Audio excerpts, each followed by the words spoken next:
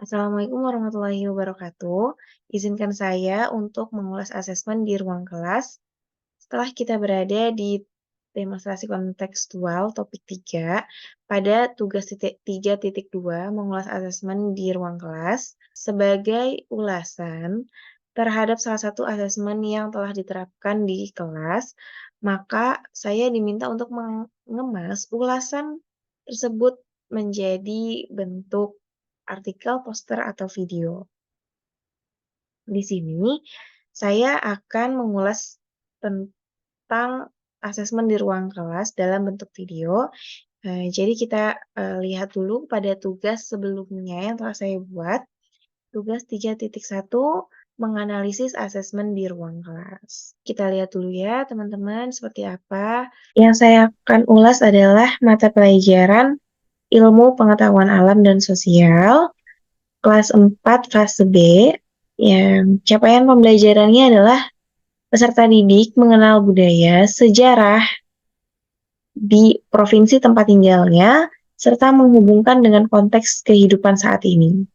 Peserta didik mampu memperoleh atau menciptakan sesuatu dengan alat dan bahan di sekitarnya. Peserta didik mengenali kebutuhan atau keinginannya, nilai mata uang, dan mendemonstrasikan bagaimana uang digunakan untuk mendapatkan manfaat yang dibutuhkan. Tujuan pembelajarannya melalui kegiatan diskusi kelompok, peserta didik dapat menganalisis perbedaan kehidupan di daerahnya dengan tepat. Lalu selanjutnya melalui diskusi kelompok juga, peserta didik dapat mengorelasikan pengaruh geografis dengan mata pencaharian di daerahnya dengan tepat.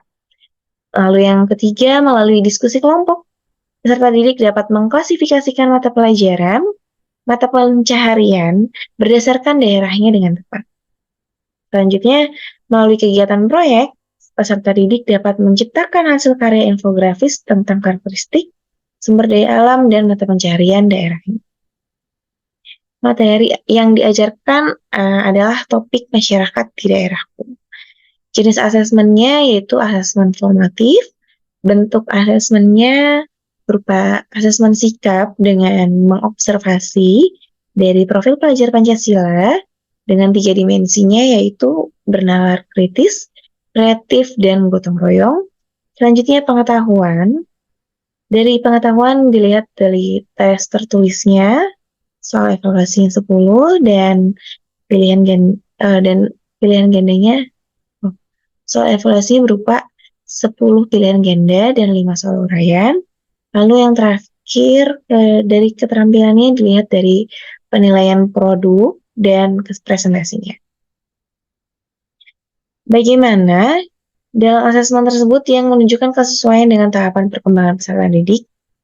Dari yang saya perhatikan setelah saya menganalisis, yaitu asesmen pengetahuan berupa penugasan yang diberikan oleh guru telah menyesuaikan perkembangan kognitif siswa dengan memberikan soal tertulis berisi perintah.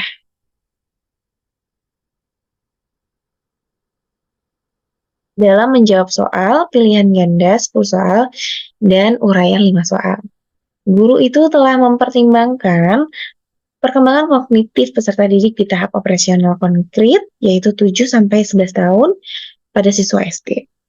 Pada tahap ini, anak-anak mulai dapat menggunakan pemikiran logis dan memahami hubungan antara objek secara konkret. Tahap ini juga ditandai dengan kemampuan anak-anak untuk memahami konsep waktu, ruang, dan kausalitas. Tahap operasional konkret pada materi ini membantu peserta didik untuk memahami hubungan antara objek secara konkret termasuk dalam konteks masyarakat di daerahnya. Lalu pada bagian mana dalam asesmen ini yang menunjukkan kesesuaian dengan perlunya mempertimbangkan aspek lingkungan, budaya, dan karakteristik peserta didik?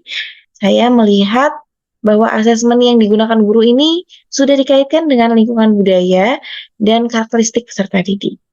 Hal tersebut telah termuat dalam pertanyaan pada penugasan. Guru telah menyajikan beberapa pertanyaan dengan beragam pesan yang secara tidak langsung disesuaikan dengan lingkungan budaya dan karakter peserta didik.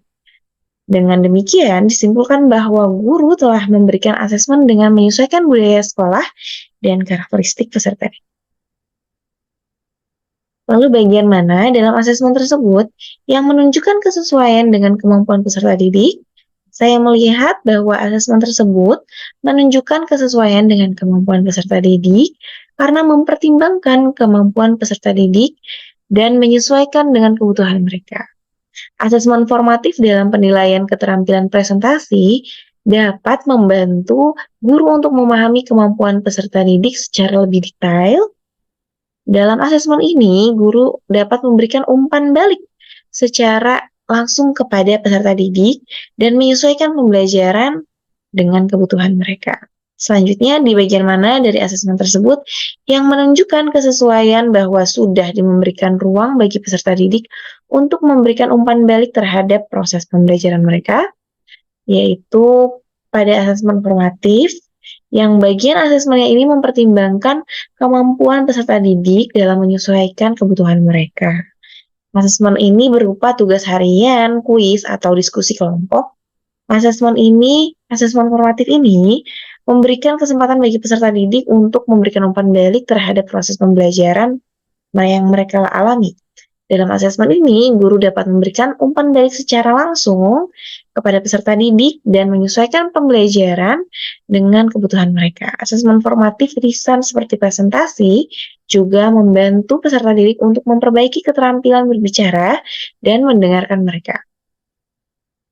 Jika saya menjadi guru di kelas tersebut, hal yang ingin saya tingkatkan untuk lebih memaksimalkan efektivitas asesmen dengan memperhatikan tahapan perkembangan peserta didik, lingkungan, budaya, dan karakteristik peserta didik, serta kemampuan peserta didik. Yang akan saya lakukan adalah saya akan meningkatkan efektivitas asesmen dengan memperhatikan perkembangan peserta didik, tahapan perkembangan peserta didik di lingkungan budayanya dan karakteristik peserta didiknya itu, serta kemampuan peserta didiknya dalam memahami sebuah pembelajaran, serta kemampuan peserta didik untuk menggunakan asesmen formatif.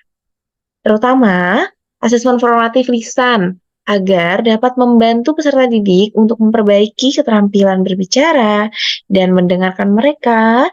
Selain itu, dapat menggunakan berbagai jenis asesmen yang beragam, dapat mencakup tugas harian, kuis, atau diskusi kelompok. Lalu dapat menggunakan rubrik penskoran yang mencakup kategori keberhasilan tugas yang jelas dan spesifik. Terakhir, saya akan juga menggunakan asesmen yang sesuai dengan konteks mencakup tugas yang relevan dengan lingkungan budaya dan karakteristik peserta didik. Itu saja yang bisa saya sampaikan mengenai ulasan asesmen yang saya lakukan di ruang kelas. Kurang lebihnya mohon maaf. Wassalamualaikum warahmatullahi wabarakatuh.